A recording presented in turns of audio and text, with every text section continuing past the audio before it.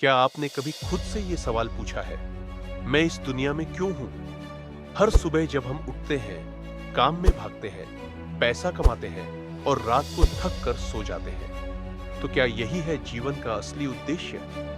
इंसान जन्म लेता है, बड़ा होता है, सपने देखता है, रिश्ते बनाता है और एक दिन इस दुनिया से चला जाता है। लेकिन असली सवाल यह है, हम यहाँ जीने के लिए आए हैं या कुछ और करने के लिए?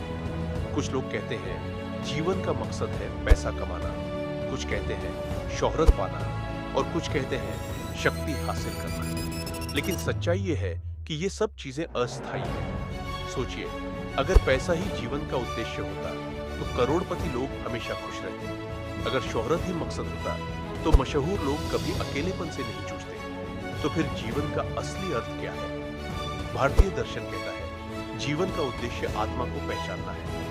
गौतम बुद्ध ने कहा, दुख को समझो क्योंकि दुख को समझकर ही मुक्ति मिलती है।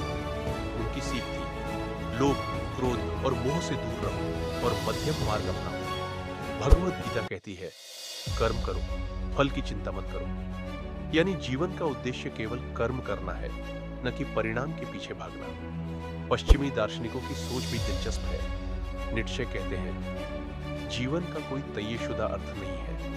इंसान को खुद अपने कर्मों और फैसलों से जीवन को अर्थ देना चाहिए। सोक्रेटिस ने कहा था, अनजाना जीवन जीने लायक नहीं है।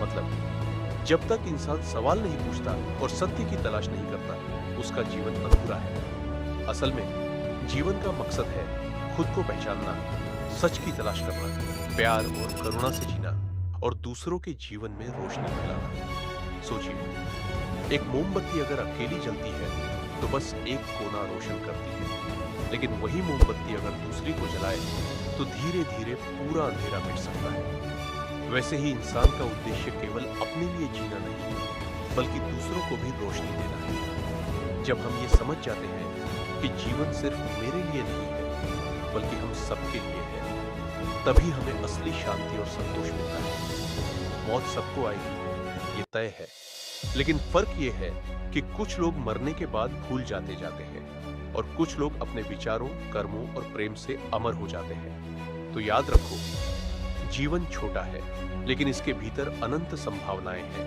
पैसे और नाम से बड़ा है सत्य, प्रेम और करुणा।